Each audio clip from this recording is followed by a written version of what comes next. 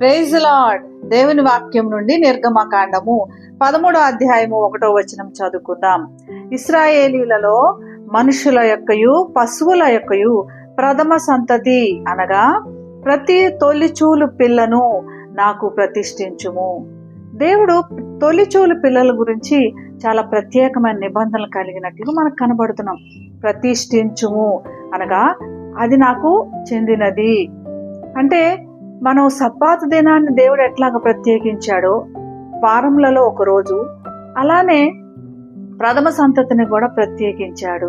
అలానే మరి ఎందుకు ఇంత ప్రత్యేకత అవసరం అనుకుంటే, ఇశ్రాయేలీలందరినీ కూడా దేవుడు ప్రథమ సంతతిగా చూస్తున్నట్లుగా బైబిల్ చెప్తుంది.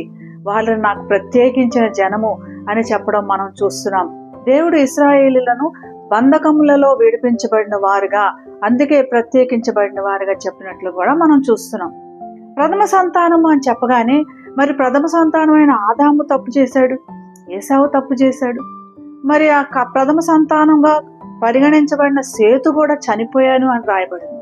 మరి ప్రథమ సంతానం గురించి ఇలా చెప్తే, మరి ప్రథమ సంతానం కాని వారు దేవుని పిల్లలు కారా? వారికి ఎటువంటి ఆశీర్వాదములు లేవా? మరి స్త్రీలకేమి లేవా అంటే, మనము పౌలు చెప్తాడు, యేసుక్రీస్తునందు విశ్వాసములో మీరందరూ దేవుని కుమారులై ఉన్నారు అన్నప్పుడు మనం అర్థం చేసుకోవాల్సింది, అందరు కుమారులు అంటే కుమార్తెలు లేరా అని కాదు, అందరము కూడా సమానమని. ఆది అందు దేవుడు నరుని సృజించెను, స్త్రీని గాను పురుషుని గాను ఆయన స్వరూపమందు సృజించెను. ఆయన స్వరూపంలో ఉన్నంత వరకు ఏ భేదములు లేవు. వారు ఎప్పుడైతే పాపం చేశారో, దేవుణ్ణి కోల్పోయారో, భేదములు ఏర్పడ్డాయి. వారి దిగంబరత్వం తెలుసుకున్నారు. కాబట్టి ఈరోజు మనం మన యొక్క స్థితిని తెలుసుకొని దేవుని స్తుతిద్దాం. పరిశుద్ధుడైన యేసయ్యా, నీ నామమునకు వందనాలు తండ్రి. మమ్మల్ని అందరినీ సమానంగా చేశావు, మమ్మల్ని అందరినీ నిన్ను స్తుతించమంటున్నావు. ఏకస్వరంగా మిమ్మల్ని స్తుతించమని నువ్వు కోరుకుంటున్నావు నాయన.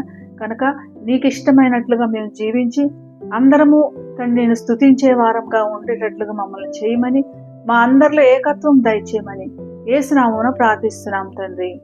ఆమేన్.